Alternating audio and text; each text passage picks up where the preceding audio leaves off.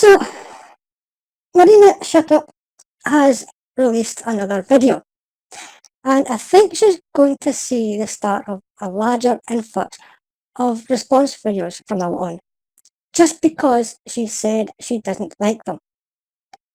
This one is a feminist radio video and was brought out on a Tuesday for some reason.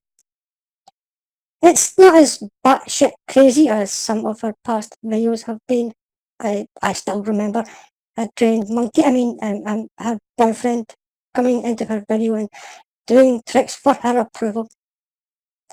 If you take out all the ad plugging from the start and end of her videos, it's also rather shorter than we are used to from Marina. From the title of her video, should you call yourself a feminist? You'd expect something along the lines of, should you, as an individual, be a feminist? Happily, that is not what she's about to suggest at all. I'll start from where she actually gets to the point.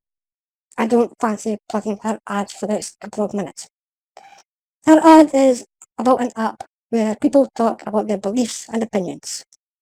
Marina is going to respond to a few of these comments listed under women's issues. And it's really cool because it is anonymous, so you can pretty much post whatever you're thinking without fear of backlash or people targeting you specifically, because I know putting your face online can be a little bit scary, especially if you have like a more controversial opinion. Especially if you talk about feminism on the internet, you're probably gonna get a few hate comments. It's not often you're right, but you're wrong again. In fact, you're more likely to get negative backlash if you say things against feminism. If I say that all women should be incarcerated on the internet, I'm going to get a horde of feminists calling me a misogynist, and I'll get banned from whichever site I dared post that statement on. But if I say all men should be incarcerated, then I'm likely to get my opinions put up on official websites like The Guardian, BuzzFeed, MTV. And they'll make sure I don't get negative backlash by refusing to allow discussion on the subject. Have you not been paying attention to what's going on out there in the real world? So since this is a feminist channel and we do tend to talk about feminist issues, I thought it would be cool to go through the women's issues group and respond to some of the posts on there. This one says, the most annoying thing about feminism is the name. If it's about gender equality, why does the name contain a gender prefix that is specific to women? If the name was changed, then I'm sure it would gain more followers. Yep. If it's a movement about gender equality, it probably should have a gender neutral name. Feminism is not about equal rights, it's about women's rights. Of course, that's a pointless discussion in the country you were born in. Are you going to argue in favour of giving men equal rights in family court, or giving men the same reproductive rights that women in America enjoy? No? Didn't think so. A movement that talks about the issues faced by only half the population should never claim to be about equal rights. That's why most people are more inclined to be egalitarian rather than feminist. Only a small percentage want to talk about women all the time. Do you think this is a little bit of like an all lives matter kind of post? And you don't agree that all lives matter? Or that people who say all lives matter have valid points? I think all lives do matter, be them black, white, male, female, disabled, or able-bodied. This should go without saying. The reason it's called feminism is because it was created to deal with women's issues. Yeah, women's issues like the right to vote, which even when feminists were fighting for the right to vote, women could vote. It just wasn't written into law. The tender years doctrine, maybe, where women are given primary care in divorce courses. Because according to many feminists, children don't need fathers, just father figures. Notice that when feminists were fighting for the right to vote being written into law, It wasn't written that men had the right to vote either. They just did.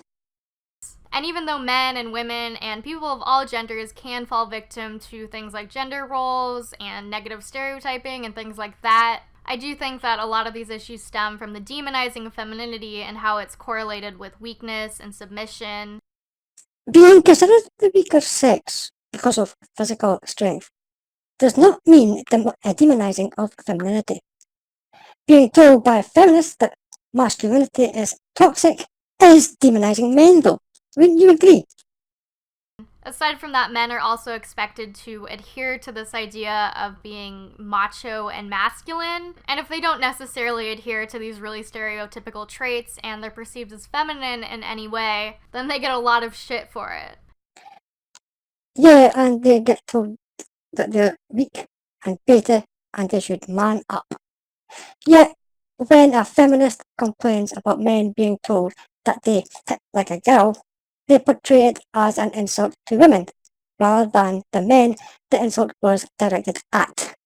So, of course, this is a very superficial view of what feminism is and doesn't get into all of the nuanced topics and conversations that happen within feminist movements. But I think the fact that women are routinely discriminated against and still experience inequality. And men aren't? Discrimination happens to both genders. Vaginas and childbirth are not good reasons to focus only on women. You do realise that employment quotas are gender discrimination, right?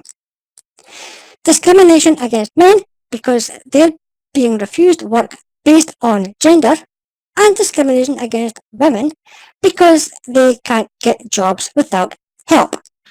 And it's also important to remember that feminism has a long, rich history of fighting for women's rights.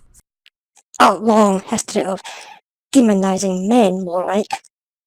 Ever heard of the White Feather Club? Feminists handing feathers to men who were not in military uniform and calling them cowards because they weren't out putting their lives at risk from being shot. If feminists hadn't pushed the all men are potential rapists and all women are potential victims narrative, there would be a lot less fear among women and a lot less resentment between the genders.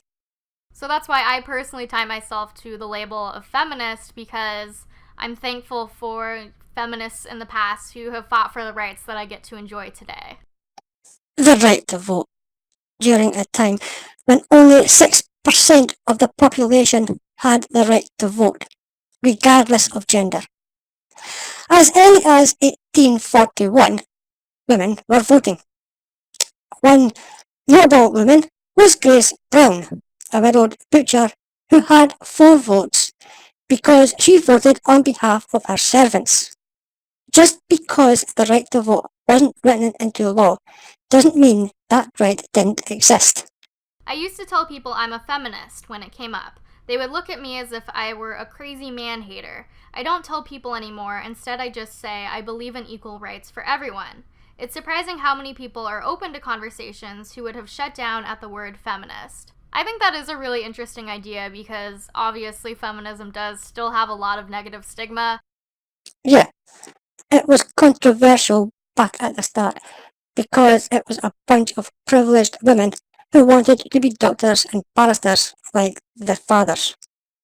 The women against feminism, however, did not want to go down the mines with their husbands to risk death from the hazards of the job. It's always had a lot of negative stigma attached to it, even when it was like feminists fighting for the right to vote. Even back then, it was extremely controversial, and for some reason, it's still controversial today. So, maybe you should come up with a different definition. If you identify yourself with a movement that has been known to be hateful towards a specific group, you're going to be judged alongside that group's most heinous acts.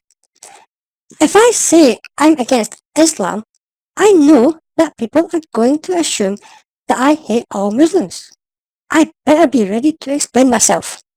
And even though I think the stereotype of a man hating feminist functions to shut down any sort of women's like feminist arguments, I also understand why some women or men or anyone would want to distance themselves from that label because it can be really frustrating when anytime you try and voice an opinion, it's shut down because you use the label feminist. You answered your own concerns about this with your man-hating feminist quotation thing. Don't forget, kill all men, bail tears. Boys are stupid, throw rocks at them. These things happen. That's why most people don't want to associate with feminism. I used to care a lot more about people identifying as feminists, but I think I've gotten a little more chill about that. Does it matter to you if I say that I'm anti-feminist? Or will you just assume that I think the right to vote should be taken away from women? It makes me sick to think I live in a country where someone going through pregnancy scares choices depend on her zip code. It's sad that in my home state, if I make certain choices about an unwanted pregnancy, I have to fear for my safety because some people who do not agree with me think it's okay to harass, film, threaten, and assault patients and the medical professionals who are trying to help. I agree. I think that's incredibly messed up. Yeah, that's an absolutely horrendous act. I've never heard of it happen quite as seriously as the commenter claims, but let's assume it does happen somewhere. What do you think of women who empty used condoms into their vaginas to get pregnant against the wishes of their partners, then sue for child support? What do you think about women who rape young boys and then sue for child support when they get pregnant? I can't believe that it's 2016 and the right to safe, legal, and affordable abortions isn't accessible to so many people who can give birth just in the United States but all across the world. Of course, it's perfectly alright to force men to pay for their children for the rest of their lives, even if they didn't want the children in the first place. Men should keep their dicks in their pants, but it's sexist to say that women should keep their snatch in the hatch, right? I don't even have a lot to say about this issue because I feel like it's such a basic human right, and it just baffles me that it's not considered one. These are all the posts that I have time for responding to on Candid. Okay, she's done. That's shown the three. The rest of her video is 2 minutes of her plugging this app, then encouraging people to download it and join her own group. I'll just skip over it. If you really want to see it, there will be a link in the description. I'm fine with people who identify as feminist, by the way. I just expect them to be prepared for other people to assume that they're the big, fat, and ugly, man-hating, lesbian type of feminist. If you want to support a hate group, then you should always be ready to deal with the consequences. Thanks for watching. Like, comment, subscribe if you want to see upcoming videos. See you next time.